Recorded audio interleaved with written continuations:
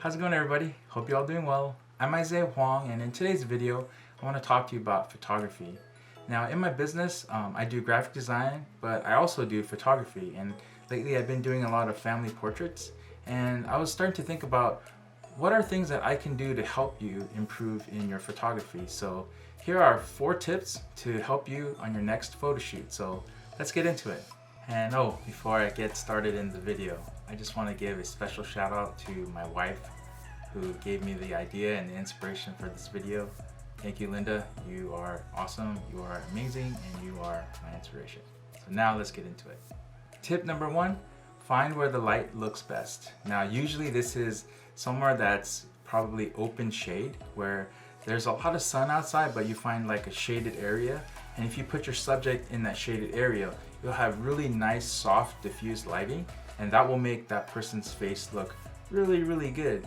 But if you have the person in really harsh, bright sunlight, then that light will be so bright and harsh that they'll either be squinting or you won't have a nice direction of light, so it won't look as good. So when you're out there, try to find a spot that is kind of shaded, and maybe where there's sun coming from the front of the shade, but your subject is inside the shade. Then you can get some really, really nice looking shots. So here are some shots that I took, and you can see how I put them in shade. And honestly, this time of day was like really, really bright, but I put them in the shade, and then I had them looking towards me where the light was hitting their face nicely, and you get these really, really good results.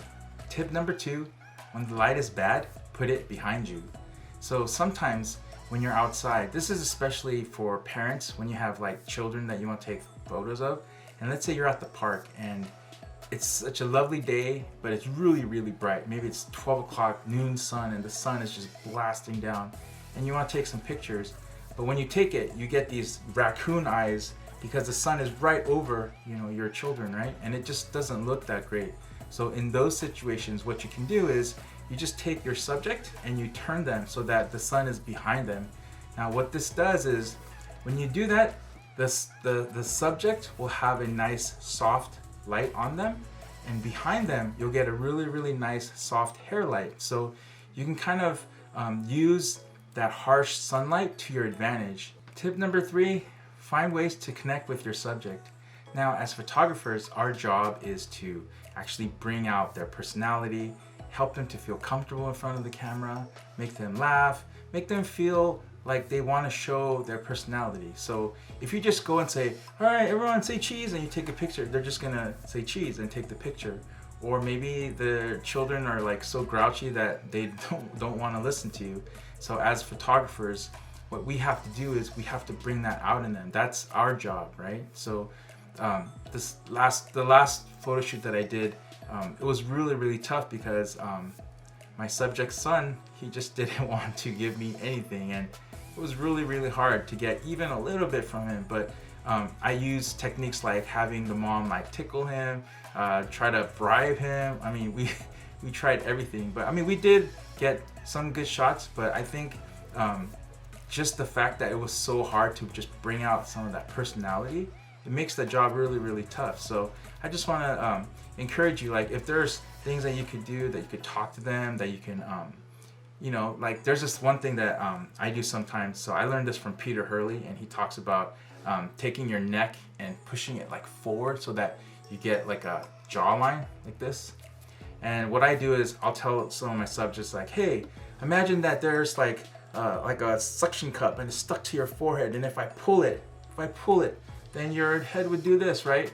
And then they just start laughing, like the kids will start laughing, and in those moments I'm just snapping away because those are really natural reactions. Or sometimes I tell them, oh, let's try this, and I'll just say something really absurd and really confusing and really funny or whatever to just kind of make them laugh or make them think, and then I'll just try to snap those shots. Or I'll talk to the parents, and I'll say like, at this moment, can you guys do this, and try to get like a reaction out of them. So those are the things that you can kind of do to connect with your subject. Sometimes it's a lot harder to actually connect with them, but like I said, as the photographer, that's our job, to bring that out in them. Tip number 4, slow down and remember to have fun. So one of the things that happens is when you're in the middle of the shoot and you're just trying to connect with your client and you're just trying to get the subject to respond and give you some kind of action or some kind of personality, and it's really, really tough.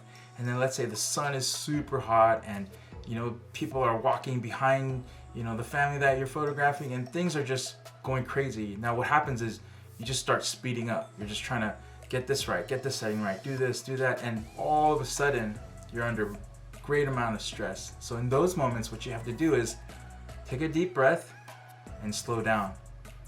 And remember that you're there to just capture some good moments. So dial in that setting, and then once you have that, then reconnect with your subject, talk to them, joke around with them, ask them questions, get them to start talking and thinking about things, and then you start snapping away and have fun.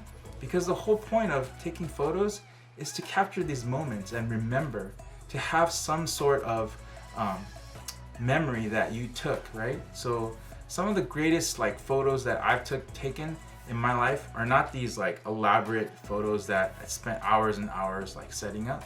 They're actually just snapshots, snapshots that I took of me and my wife, on our first date, or a snapshot that I took of, my brother or my parents, or, my group of friends, when we were at the top of this beautiful mountain. I didn't set anything up. I just set my aperture, I set my shutter speed, and then I took a test shot, boom, everything looks good, and I just started snapping away. And it's those things that I take really deep pride in, because those are the ones that I print out and then I put on my wall, I put on my desk, and I remember those things that were happening in that moment, right? Like you see that photo of your kid, you see that photo of your wife, your husband, your best friends, your family, and it takes you back to that moment. And that's why we do photography, right? So before I go, I just wanted to say thank you so much for watching these videos. I really appreciate all 94 of my subscribers.